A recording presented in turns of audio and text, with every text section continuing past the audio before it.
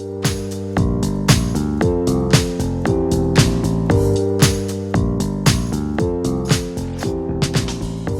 día de hoy nos acompaña el maestro Tomás Texis Valencia. El maestro es ingeniero farmacéutico por el Instituto Politécnico Nacional, de donde egresó con mención honorífica y fue reconocido por la Asociación Nacional de Facultades y Escuelas de Ingeniería como mejor estudiante de la generación. Obtuvo la maestría en Ciencias por la Facultad de Química de la UNAM y actualmente es estudiante de doctorado en Ciencias Bioquímicas de esa misma universidad.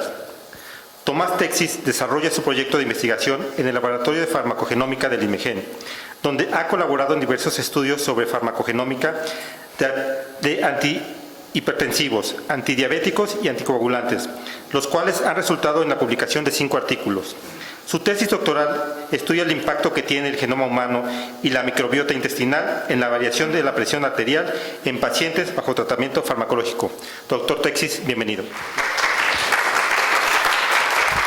Pues muy buenos días, muchas gracias por estar aquí el día de hoy. Tengo el gusto de presentarles hoy los avances de este proyecto que he estado trabajando ya por algunos años. Y bueno, lleva por título Integración del perfil genómico y microbiota intestinal para comprender la variabilidad en la presión arterial bajo tratamiento farmacológico. Este proyecto es una colaboración entre este Instituto IMEGEN y el IMSS. Quisiera comenzar definiendo el impacto que tiene la hipertensión sobre la expectativa de vida. Según el Programa de las Naciones Unidas para el Desarrollo en 2019, México tenía un promedio de expectativa de vida de 75 años, encontrándonos en el ranking 77 de 186 países evaluados. Dentro de este programa se encontró que las principales causas de muerte son enfermedades coronarias y cardiovasculares, que a su vez son secundarias a la hipertensión. Entonces, diversos autores han investigado cuál es el impacto que tiene la hipertensión sobre la expectativa de vida y se ha encontrado que independientemente del sexo, la hipertensión puede disminuir hasta 5 años de expectativa de vida. Es por eso que se ha concluido que controlar eficazmente los niveles de la presión no solamente ayudará a mejorar la expectativa de vida, sino a mejorar la calidad de vida del paciente. A nivel mundial se sabe que afecta a 1.000 millones de individuos y es hasta 70% más frecuente en países de ingresos medios y bajos, incluyendo a nuestro país. Según lo reportado por la ENSANUD de 2020, el 49.4% de los adultos tienen hipertensión y el grupo más vulnerable son los adultos mayores con el 63%. Además se observó un aumento del 2.8% con lo reportado a 2018. Y esto solo tiende a la alza. Hay un envejecimiento prolongado en nuestra población y esto involucrará una inversión de la pirámide. En color azul vemos la pirámide poblacional con una mayor densidad en jóvenes en 2010. Sin embargo, para 2050 se pronostica que el 25% de la población será adultos mayores de 60 años. Y esta pirámide se invertirá, es decir, la mayor densidad poblacional se concentrará en adultos de 50 hacia arriba. Entonces, esto significará un aumento en pacientes hipertensos y en el uso de medicamentos antihipertensivos. Específicamente en los antihipertensivos en nuestro país, en la Ciudad de México, los antihipertensivos de primera línea son los ARAs o antagonistas de los receptores de angiotensina 2, los YECAs, los inhibidores de la enzima convertidora de angiotensina y los bloqueadores de canales de calcio o BCC. Estos medicamentos, que son ampliamente usados, nosotros creeríamos que tienen un alto impacto, una alta eficacia, pero la verdad es que no. Solamente son eficaces en el 50% de los pacientes, es decir, 1 de cada 2 pacientes va a responder eficazmente al tratamiento en al menos la primera prescripción. ¿Y a qué se debe esta falla? Bueno, es un problema multifactorial, en el que variables como la edad, el género, la polifarmacia, la ancestría geográfica, hábitos como es el ejercicio van a tener un cierto impacto y recientemente se ha visto el aporte que tiene el genoma. Es por eso que se han estudiado ya alguna farmacogenómica de antihipertensivos y ya se cuenta con un consorcio que se encarga de recopilar esta información y generar guías de farmacogenética para entonces administrar el medicamento correcto en la dosis correcta al paciente correcto. Y la realidad es que al momento tenemos 26 guías farmacogenéticas que ya son aplicables en la práctica clínica. Sin embargo, ninguna de estas guías contempla actualmente a los antihipertensivos. Y esto se debe a que los diversos estudios que ya se han hecho en cuanto a genética de antihipertensivos, solamente hemos podido explicar el 5.7% de la variación total en los niveles de la presión. Esto se debe en parte a que faltan estudios que permitan asociar estas variantes con diversas poblaciones subrepresentadas. Es por eso que se crea el consorcio conocido como ICAPS, el cual tiene como objetivo encontrar colección de variantes genéticas asociadas a los niveles de presión arterial, y por sus siglas podemos identificar que solamente se basa en estudios farmacogenómicos de antihipertensivos. Aquí les menciono que el INMEGEN es parte de este consorcio y es por eso que este proyecto es parte de todo lo que se está intentando en cuanto a descubrir el porqué de la falla o porqué de la variación en los niveles de la presión arterial. Entonces, nuevas estrategias proponen aumentar la colección de variantes genéticas, así como replicar estudios en diversas poblaciones subrepresentadas, y que los modelos que estamos desarrollando no solamente asocian la variante genética con los niveles de la presión, sino que tomen en cuenta el contexto clínico del paciente con la intención de enmascarar estas posibles asociaciones entre el genotipo y las variantes y la variación en la presión arterial. Entonces, todo esto nos lleva al presente estudio, el cual comienza con la colaboración en IMSS.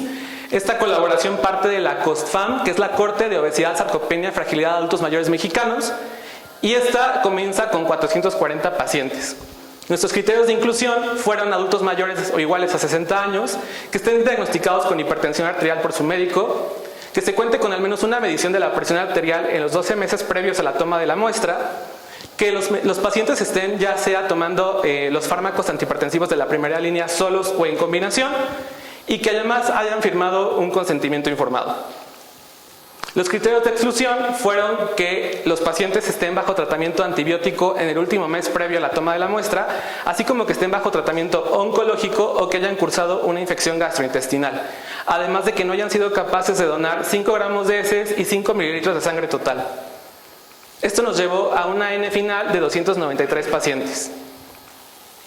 Con esta nueva población, nosotros ya tenemos la información antropométrica, farmacológica y clínica, además de la información genómica de estos pacientes, y ya se ha extraído el ADN de la materia fecal de estos pacientes, de los cuales 184 ya fueron secuenciados para el fragmento B3 y B4 del gen ARNR16S, con la intención de caracterizar la microbiota intestinal de los pacientes.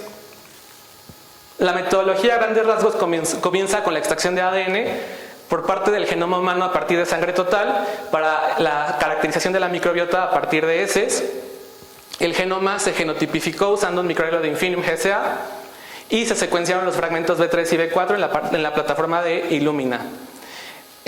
Posteriormente se hicieron análisis de calidad específicos para datos de genotipificación, datos específicos para secuenciación, y estos datos ya de calidad se integraron a las bases farmacológicas, clínicas y antropométricas para entonces asociar a los niveles de la presión con las variantes genéticas y con la microbiota intestinal.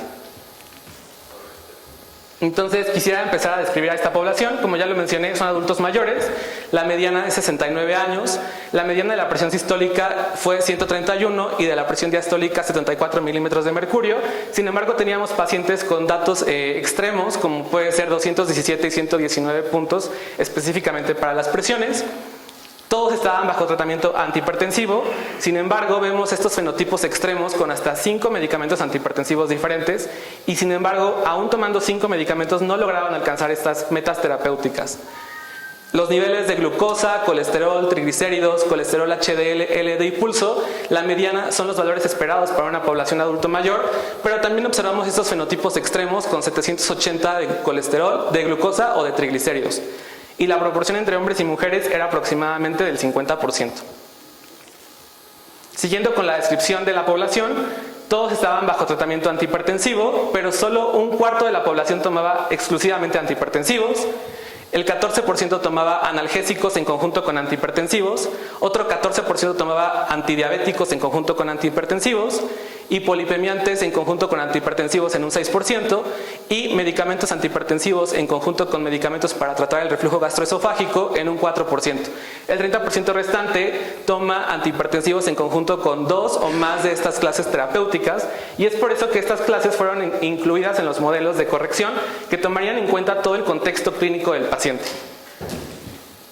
La obtención de los datos genómicos parte de la muestra de COSFAM, las 293 muestras de sangre.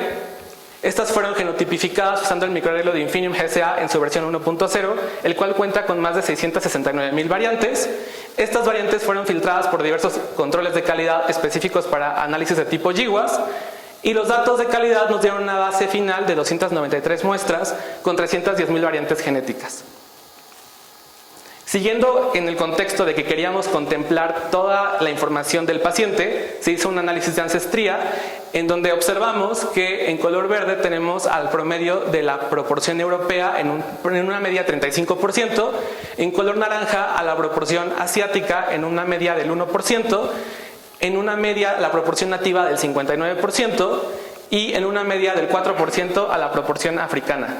Estos datos iban a ser incluidos dentro de los modelos y exclusivamente escogimos a la proporción nativa, ya que era la de mayor predominancia en la población. Entonces, el siguiente paso era desarrollar estos modelos de asociación. Partíamos de una asociación básica en donde tenemos una variante genética asociada a los niveles de la presión, y como queríamos tomar en cuenta el contexto clínico del paciente, agregábamos una o dos más variantes. El problema era que cuáles eran las variantes que íbamos a escoger o cómo es que las debíamos escoger. Para eso se usaron la independencia entre las variantes clínicas, y esto se hizo con la intención de que la asociación entre la variante genética y los niveles de la presión estuviera condicionada con el contexto clínico del paciente. Esto al final nos iba a decir que la variante genética iba a tener una mayor precisión al ser asociada con los niveles de la presión arterial. Los modelos para asociar finalmente a los niveles de la presión fueron los mismos, uno para presión diastólica, otro para presión sistólica, en donde vemos las covariantes que fueron seleccionadas debido a que no eran colineales entre sí, es decir, eran independientes. Las variables fueron sexo, edad, pulso, glucosa, colesterol total, la proporción nativa, el grado de adherencia al tratamiento, el uso de ARAS, bloqueadores de canales de calcio, analgésicos, medicamentos hipolipemiantes, antidiabéticos y para tratamiento de reflujo gastroesofágico. Con estos modelos asociamos 6 variantes genéticas a la presión sistólica, en donde les estoy mostrando el identificador de la variante, el cromosoma, el gen, el impacto que tiene esta variante sobre los niveles de la presión y el valor asociado de P, es decir, la significancia de esta asociación. A manera de esquema se los presento en este Manhattan, en donde vemos en el eje de las abscisas cada uno de los cromosomas, y en el eje de las ordenadas tenemos el impacto de la asociación, es decir, qué tan fuertemente estaba asociada cada una de nuestras variantes. Estos puntos son cada una de las variantes que fueron evaluadas, y lo que estábamos demostrando aquí es que debían de cruzar un umbral para poder decir que la asociación era sugestiva. A nivel de color azul es una asociación sugestiva, es de 1 por 10 a la menos 5, y a nivel de asociación de genoma completo el umbral tenía que ser de 1 por 10 a la menos 7. Como podemos ver, para el caso de presión sistólica solo se asociaron 5 variantes sugestivamente a la presión sistólica. Quiero que nos quedemos con SNAP25AS1 y ANKH, debido a que eran las de mayor significancia. La variante de SNAP25AS1 tenía un impacto positivo, es decir, es una variante de riesgo que pacientes que tengan una o más variantes van a tender a tener mayor valor de la presión sistólica, y esto es de manera significativa. Para el caso de la variante ANKH, el impacto era una beta negativa, es decir, es una variante de protección, y pacientes que tengan una o más variantes van a tender a tener menor valor de la presión sistólica. ANKH, esta variante, es intrónica y está localizada en el cromosoma número 5. Previamente no había sido asociada a algún fenotipo, y esta variante codifica para el homólogo humano de la anquilosis progresiva. Además, se sabe que es una proteína transmembranal que regula el transporte de pirofosfato inorgánico al exterior de la célula, y se sugiere que puede estar involucrada con la susceptibilidad a desarrollar artritis. Además, esta proteína recientemente se publica que al ser un transportador de membrana está sacando el pirofosfato de la célula, y este pirofosfato es capaz de inhibir los depósitos de hidroxiapatita, o es decir, calcio, lo que prevendría la generación de arteriosclerosis y por tanto indirectamente la hipertensión. Para el caso de la presión diastólica con una variante genética, esta variante fue asociada en el cromosoma 5 SH3-TC2 con una vecta de impacto negativa y un valor de 6.3 por 10 a la menos 6. Entonces, recordando que el umbral de por 10 a la menos 5 es el azul para una asociación sugestiva, esta variante solamente fue asociada sugestivamente con los niveles de la presión diastólica.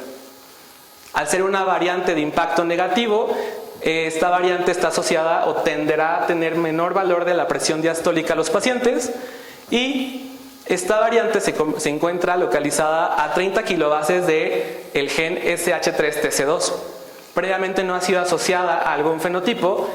Sin embargo, se sabe que esta proteína que codifica para 2 dominios SH3 y 10 motivos TPR ha sido asociada con el desarrollo del síndrome de Charcot-Marie-Tooth, que está asociado con distrofias musculares. Y a lo mejor no podríamos encontrar como tal una conexión tan directa con la hipertensión. Sin embargo, ya se ha visto que hay variantes de este gen que están asociadas con la presión diastólica en pacientes asiáticos y europeos, y recientemente nosotros lo estamos encontrando en mexicanos. Entonces, hasta aquí en resumen, ya se asociaron 5 variantes genéticas sugestivamente a la presión sistólica, que incluyen a variantes contenidas en el gen SNAP25 y ANKH. Ya se asoció una variante en SH3-TC2 que está asociada sugestivamente a la presión diastólica y que replica con un estudio tipo GWAS realizado en más de 5.000 europeos. Estas variantes, sin embargo, no son capaces de explicar más allá del 5% de la variación total en los niveles de la presión, y es por eso que nosotros estamos investigando otros factores que podrían estar afectando, como lo es la microbiota intestinal. Como ya les había mencionado, la presión arterial está impactada por muchos factores, y es por eso que nosotros estamos incluyendo a la microbiota intestinal. ¿Pero por qué se está incluyendo a esta microbiota? Bueno, se sabe que esta aporta hasta 100 más genes y sus respectivas proteínas que en comparación del genoma humano. Además, que se ha visto que es capaz de modular la presión arterial a través de diversos metabolitos y diversos mecanismos. Ya se ha reportado también que 76 bacterias aisladas de la microbiota intestinal de diversos pacientes son capaces de metabolizar hasta 256 medicamentos comerciales, incluyendo a los antihipertensivos. Y esto abre pie a una nueva rama de la farmacología conocida como la farmacomicrobiómica, que tiene como objetivo encontrar la relación entre la farmacodinamia, la farmacocinética y la microbiota de los pacientes. Entonces, esto nos llevó a querer investigar o caracterizar la microbiota de estos pacientes. Y finalmente empezamos con la secuenciación de estas muestras de la región B3 y B4. Estas muestras se nos entregaron de forma demultiplexada. Las muestras, las secuencias, se pasaron por un algoritmo conocido como denoising de DADA2 con la intención de eliminar errores en la secuenciación y construir ASVs, que estos ASVs ya están asociados a un taxón específico. El siguiente paso fue entonces normalizar la profundidad de secuenciación usando la rarefacción.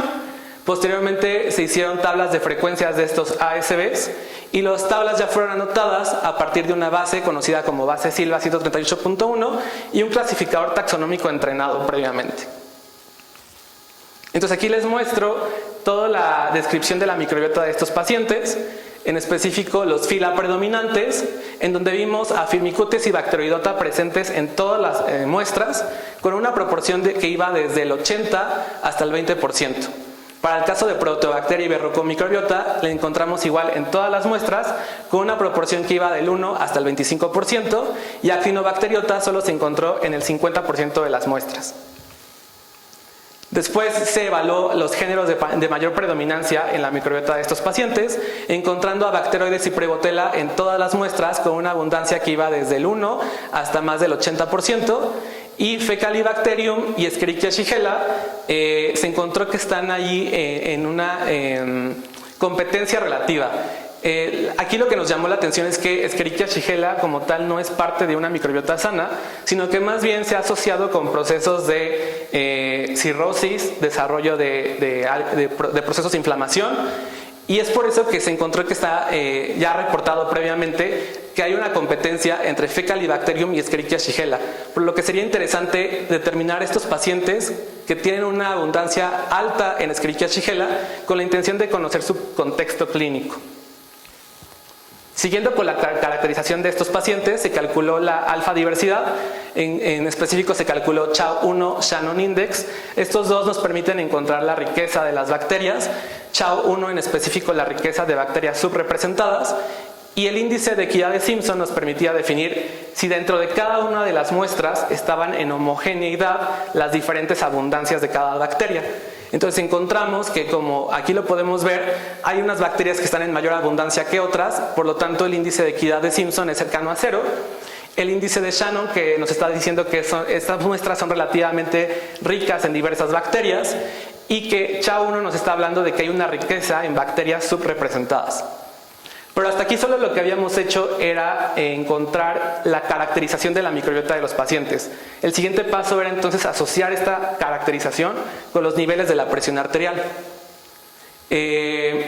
Bueno, previamente a eso, hicimos la composición bacteriana, encontrando que sin importar en la edad de los pacientes mantienen una composición homogénea a partir de su microbiota intestinal. Y ahora sí, retomando esta conexión entre la microbiota con los niveles de la presión, se comparó el grado de control de la presión sistólica y diastólica. Para el caso de la sistólica no encontramos diferencias ni en riqueza ni en composición. Sin embargo, para el caso de la presión diastólica se encontró que hay diferencias en la riqueza de las bacterias contenidas en la microbiota intestinal, pero que mantienen una composición relativamente homogénea. Entonces, nosotros quisimos entender cuáles eran estas bacterias que estaban siendo diferencialmente abundantes entre pacientes controlados y no controlados, y para eso hicimos el siguiente análisis, en donde encontramos 5 géneros asociados al control de la presión diastólica. El primero, Anaerostipes, está mayormente asociado a pacientes con la presión controlada, con una diferencia de hasta el 5% en correspondencia a los pacientes no controlados. Y para el caso de UCG004, Muribaculase y Semoplasma thales e Intestinibacter, encontramos que están mayormente abundantes en pacientes con la presión no controlada, con una delta o una diferencia que iba de 0.01 hasta el 1%.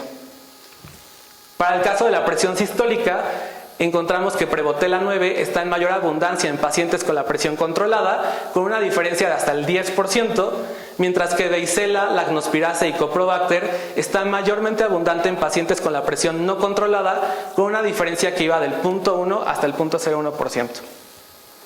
Entonces, el siguiente paso era intentar conectar esta asociación entre las variantes genéticas y lo que habíamos observado en un inicio con la microbiota intestinal, y para eso se hizo esta red de integración en donde en color azul tenemos a las variantes genéticas y en color rojo tenemos a las bacterias.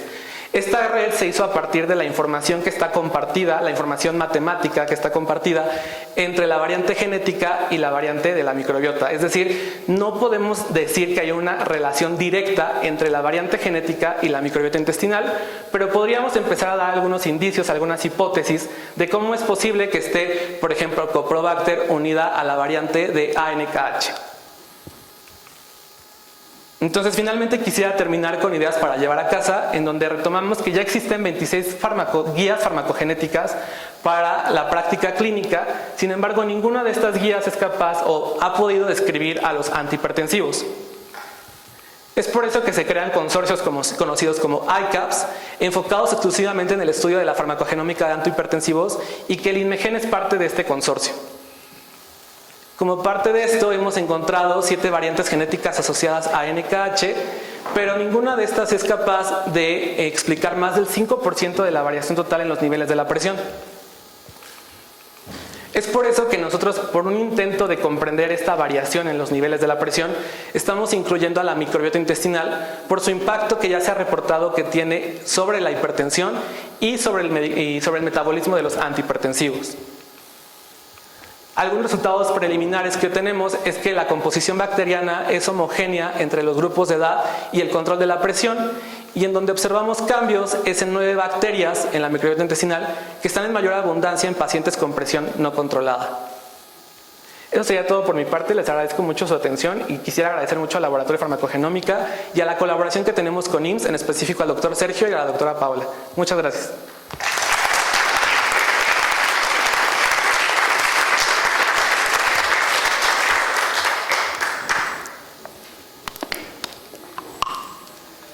No sé si tengan algún comentario, alguna duda. Sí.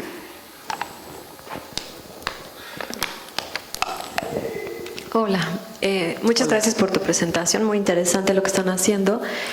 Me llamaba la atención algunas cosas que a lo mejor entiendo que no han explorado, pero quería preguntarte, y es si han evaluado el efecto del medicamento per se sobre la microbiota versus otros, comparación de los diferentes medicamentos. Sí, no, todavía no hemos podido evaluar esa parte como tal, nada más ahorita los únicos datos que tenemos es los medicamentos que están tomando los pacientes y la caracterización de su microbiota intestinal nada más. Okay. Sí. Y la otra es, cuando dices que es homogéneo con la edad, que ya se ha reportado en adultos mayores que sí hay una cierta variación. Sí. ¿Hiciste algún análisis de Permanó o algo así para determinarlo? Sí, sí, ¿No se ve nada? No, no fue significativo. O sea, sí pequeñas variaciones, pero no son significativas. Ok. Sí. Y la última nada más es, me llamaba la atención el fenómeno de competencia que dices que hay entre Fecalibacterium y Escherichia. ¿Cómo determinaste este fenómeno de competencia? Eso lo he encontrado por literatura y simplemente ahorita estadísticamente encontramos que sí hay un aumento en abundancia de Escherichia shigella y una disminución de Fecalibacterium e inversamente sucede el fenómeno. O sea, alguna correlación negativa. Sí. Ok, sí, gracias. Sí. No, a ti.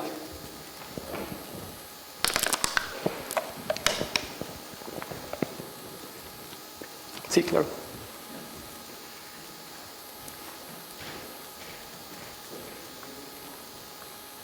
Una pregunta. Oye, dentro de tus asociaciones que encontraste con las variantes genéticas, sobre todo en las tensiones anteriores, sí. Sería bueno a ver si lograr, como está una corte de luz. ¿Sabes si se logró medir, por ejemplo, el grosor de la carótida, de la íntima media de la carótida? Por ejemplo, eso podría ser interesante ver cómo puede interaccionar una confusión. Y el otro, dividir entre gente con arteriosclerosis o no. O sea, saber si tienen esas mediciones clínicas, porque creo que pudieses encontrar efectos diferenciales que serían muy interesantes, porque no necesariamente realmente la arteriosclerosis se asocia a hipertensión, pero no hay causalidad. Sí, exacto. Entonces sería importante que vieras eso para que puedas, por uno de los genes que dijiste que tiene que ver con metabolismo de calcio, sería bueno que lo vieras. No, muchísimas gracias. No, muchísimas gracias. La verdad es que no lo había pensado, pero muchas gracias.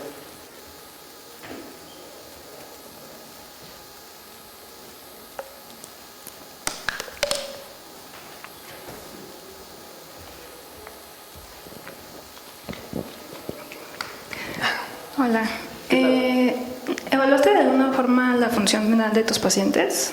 No, como tal no tenemos datos de la función renal del paciente. Porque probablemente eso también. Sí, claro, eso también podría influir. Sí, necesariamente, pero desafortunadamente no tenemos datos de daño renal o función renal. Sí. Okay. Gracias.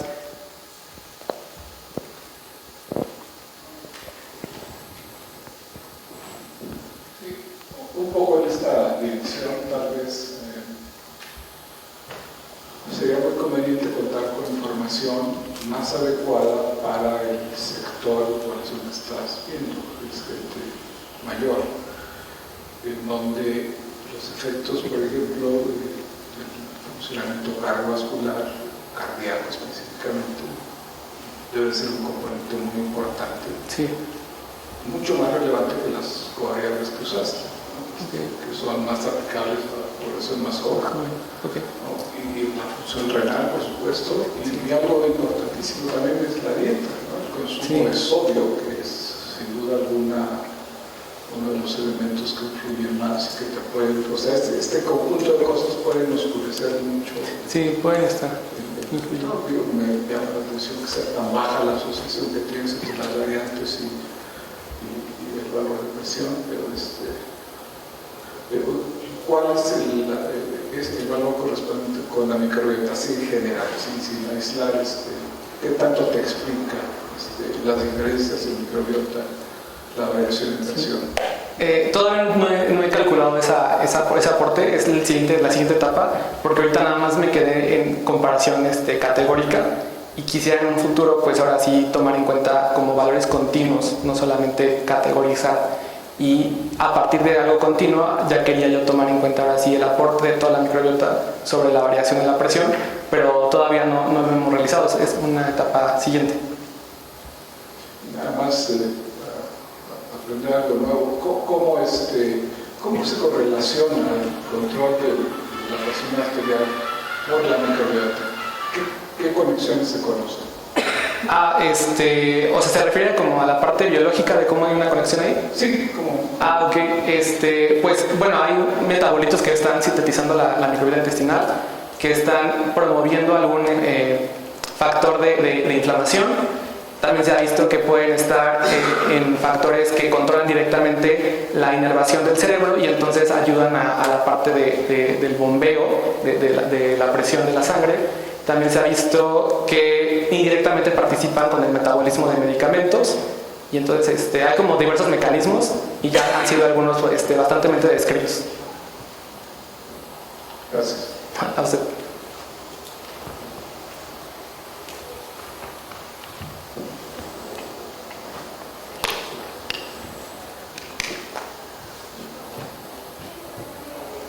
Hola, excelente presentación. Tengo una pregunta acerca de si en el siguiente paso planean evaluar los metabolitos que están relacionados que están produciendo la microbiota y cómo es que están interaccionando con la presión arterial. Muchas gracias. Sí, eso ya no es parte de mi proyecto, pero sí lo están planteando en el laboratorio, que es medir posiblemente cómo es que están los metabolitos tanto en muestras fecales como también a nivel de sangre, ¿no? Porque ya tenemos también plasma de los pacientes. Entonces, no porque se estén produciendo quiere decir que realmente se están absorbiendo. Entonces, sí que en un futuro quieren hacer esa conexión con metabolitos de la microbiota. Pero muchas gracias. Gracias.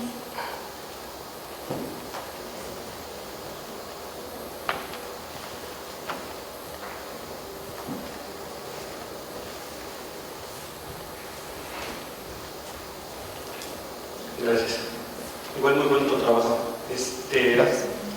Cuando haces perfiles farmacocinéticos, y normalmente lo haces, por ejemplo, cuando se hace para un clínico intercambiable o un laboratorio autorizado, haces un reclutamiento con personas sanas y luego, en caso de que haya una modificación en el perfil farmacocinético, difícilmente pensamos en que hay una atribución precisamente a la microbiota. Primero vamos a buscar si no hay mutaciones en citocromos para determinarlo, ¿no? Y esos normalmente en la mayoría de los casos sí se resuelven con un citocromo.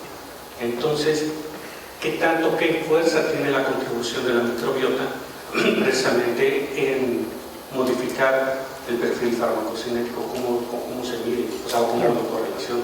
Sí, bueno, ahorita ya hay un estudio que se encontró que, por ejemplo, el diltiazem sí está siendo metabolizado. La primera metabolización del diltiazem es a partir de la microbiota intestinal. Entonces se vio que un cambio o una alteración en la microbiota sí podría estar afectando, por ejemplo, exclusivamente al diltiazem. Sin embargo, no podría generalizar eso con todos los demás medicamentos. Pero desafortunadamente ahorita no tenemos datos como de los perfiles de farmacocinética del paciente. Sí. O sea que si tú haces normalmente como para algunos en el contexto de farmacogenómica modificación de la dosis en función de polimorfismos, podrías pensar que en una medicina translacional harías una microbiota para darle un tratamiento efectivo en el que no haya una intervención de su microbiota en el metabolismo del fármaco. Pues creo que eso todavía está lejano, pero sí sería alguna intención. Sí, exactamente. Sí, de hecho, por ejemplo, también se ha visto que pacientes que son administrados con algún antihipertensivo en conjunto con un antibiótico mejoran la eficacia del antihipertensivo. Entonces sí hay una conexión ahí, pero todavía estamos lejos de decir cuál es la bacteria que está a lo mejor, o el grupo de bacterias que están participando en este metabolismo. Porque ahora hay muchas estrategias de modificación del microbioma también. Sí. Está asociado ya con un tratamiento que vas a llevar de por vida. Exacto. Pues podría buscar esa parte. Y la otra es efectivamente de los ORs o lo que has obtenido en tu GWAS, ¿no? Que es un tanto modesto por el aire. Sí. replica con algunos de los estudios grandes de asociación de genoma completo. Sí. No buscando nuevos, sino cómo replicarlos, aunque sea una población modesta. Sí, de las 9 variantes que encontramos, una sí está replicando con un GWAS de más de 5.000 europeos. Sí. No era 5.000, creo, ¿no? 500.000, sí, perdón. Sí, porque un GWAS tiene que ser una cosa. Sí. De todas maneras, para multifactoriales como esta de los solares son rápidos. Sí, son está pequeño. Pero, sí, pero pues es la tendencia y sí, es la intención, llegar como a lo mejor colectar más datos, ¿no? Sí, tener en la mano todos los datos clínicos. Sí, eso está súper bien. O sea, si son, obviamente imagínate, población que tienes hombres y mujeres, si fueron fumadores o no fumadores, si son fumadores activos, otras cosas que modificarían, ¿no? Sí, hay que confiarlos también. Exacto. No, pues muchas gracias. Gracias. ¿Has hecho estudios acerca de la respuesta al tratamiento en tus pacientes? No, todavía no tenemos ese alcance con la colaboración con IMSS. Sí, no. Desafortunadamente todavía no hay esos datos.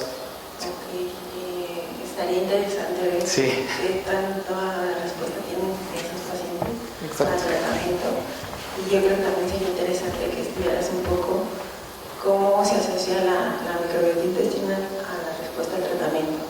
Sí, no, yo, para conocer un poco qué composición tienen estos pacientes, que a lo mejor también les están ayudando a tener respuesta buena o mala al tratamiento. Sí, yo lo que haría en esos casos sería empezar incluso antes del tratamiento, o sea, caracterizar previo al tratamiento y posterior al tratamiento. Y desafortunadamente aquí los pacientes, pues ya todos, como son adultos mayores, pues ya todos tienen el tratamiento e incluso otros tratamientos anexos, ¿no? Entonces, sí, no tenemos esos datos, pero es bastante interesante. Sí. Gracias.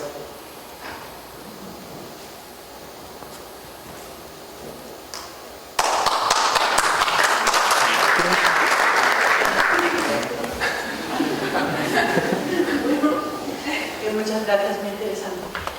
¿Has podido analizar un poco por separado los pacientes que toman diferentes medicamentos, los que tienes en el estudio? Tienes 3 medicamentos distintos, ¿no? Sí, lo he hecho. ¿Hay diferencias, por ejemplo, en el caso de la microbiota? Sí, vi una diferencia, pero eso todavía, como es algo muy preliminar, no lo puse en estas diapositivas, pero sí hice comparación entre pacientes que solo toman antihipertensivos con algún otro medicamento y se observó solo diferencias con pacientes que toman antihipertensivos y antidiabéticos. Aún no he investigado un poco más allá a fondo, pero sí encontré esa diferencia. Y tenías 3 medicamentos distintos para la hipertensión también. Sí. No sé si tienes suficientes pacientes para comparar. Sí tenemos. Sobre todo, si una de tus hipótesis es que la microbiota afecta de diversos efectos sobre el metabolismo del medicamento, puede ser muy distinto según el medicamento que uses. Sí, ok, no, la verdad es que no había pensado, lo tenemos por separado, la N sí es suficiente y sí valdría la pena. Muchas gracias. Gracias. Se habla, mucho gusto, muy bonito trabajo. Con respecto al seguimiento de la microbiota y pues, todo lo está relacionando con el consumo de ciertos fármacos, pero también en otros seminarios anteriores se ha hecho mucho hincapié sobre la dieta del paciente y cómo el consumo de ciertos grupos alimenticios impacta directamente sobre esta microbiota. ¿Lo han considerado también evaluar en las historias clínicas de los pacientes? Sí, es como un plan, pero desafortunadamente, como estos datos ya son de años atrás, en un inicio no se contemplaba esa parte. Y ya hasta este momento es donde pues, sí se ha propuesto, y creo que a futuro sí ya lo están tratando de implementar en cuestionarios, pero sí, es complicado, más porque son adultos mayores. Gracias. No, usted.